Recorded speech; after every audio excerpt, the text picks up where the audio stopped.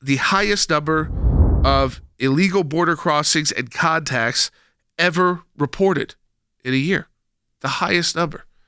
And yet, take a listen. Joe Biden at CNN town halls asked about, heading to the border, spending more time on this issue. Do you have plans to visit the southern border?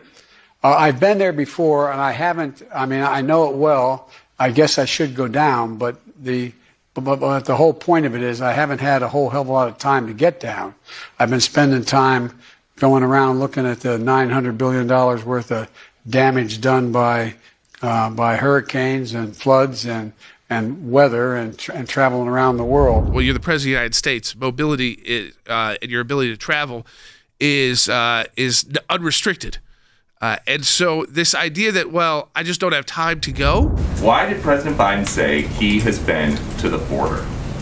Well, Peter, as you may have seen, there's been reporting that he did drive through the border when he was on the campaign trail in 2008, and he is certainly familiar with the fact, and it stuck with him, with the fact that in El Paso, the border goes right through the center of town. The border goes through the center of town. Here he was driving through El Paso, and sometime in 2008, they don't have the date exactly, but I think you can go back and figure it out.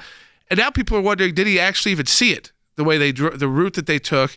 Because she was just kind of generally referencing, if you're in El Paso, you can see the border there. I don't know if he saw it from 100 yards away, 200 yards away, but what she isn't trying to claim is that he ever got out of the car. What we have is this possibility that Joe Biden, not as Vice President Biden, not as President Biden, drove through El Paso, Texas, searching for a takeaway taco stand.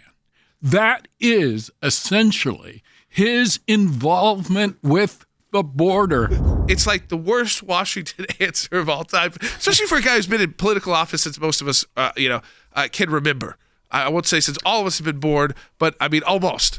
And that's his career. It's worse than just saying I haven't ever been there. Honestly, it is, because it's so easy to poke holes in. As you point out, the facts on the ground, the evidence, the problem at the border has changed dramatically from that time.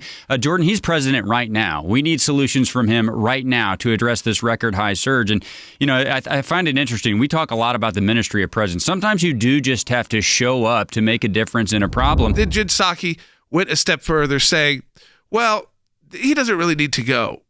Here's why he said. He does not need a visit to the border to know what a mess was left by the last administration. That's his view. What mess was left? It looked like, when you see these images of these people, and they're showing on Fox right now, it's just a mass amount of people. You think about 1.7 million in total. The efforts to build the wall were so viscerally opposed in Washington, D.C., and in some ways that signal was being sent. What did the Trump administration do, Jordan? They pivoted to the migrant protection protocols and said, okay, if we can't get this all the way done, we're going to handle the problem another way. Jordan, clearly it worked. Fox News headline, migrant caravan containing thousands travel through Mexico towards U.S. border. By the way, it's got a mixture of different Central Americans, South Americans, as well as Haitians. Quote, tell Biden we are coming.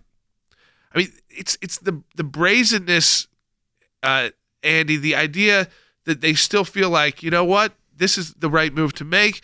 We're going to overwhelm them. If we got 1.7 million, if we go up to 2 million, next. The whole thing, it's just, they're not afraid. With President Biden, they have no apprehension. They brazenly say, we're bearing down on you like the Visigothic invasions of the 5th century, where we are coming. So what are you going to do about it? And they sort of challenge him, Jordan, about it, and they know that he's not going to do anything about it. You can talk about what are the problems of the other countries leading to these mass migrations. I don't think that that's a problem. But what about being with our Border Patrol?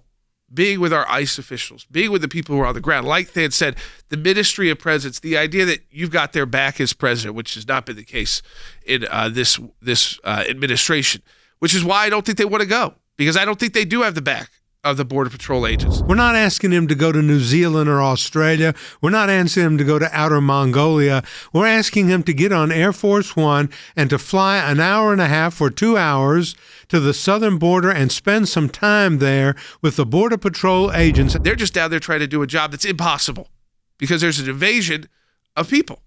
I mean, when you talk about 1.7 million people over a fiscal year, and you've gotten rid of Remain in Mexico, you've got rid of Operation Talon, you stop building the border wall. If you communicate that your border is open and porous, and there's a good chance that if you come to the border illegally, you will end up being allowed to stay, guess what's going to happen? Those people are going to come. We had Remain in Mexico. We had Operation Talon get to again, go after the traffickers. We had diplomatic arrangements set up with Central American countries as well that incentivized them to stop these migrant caravans from forming and from moving through country to country to country.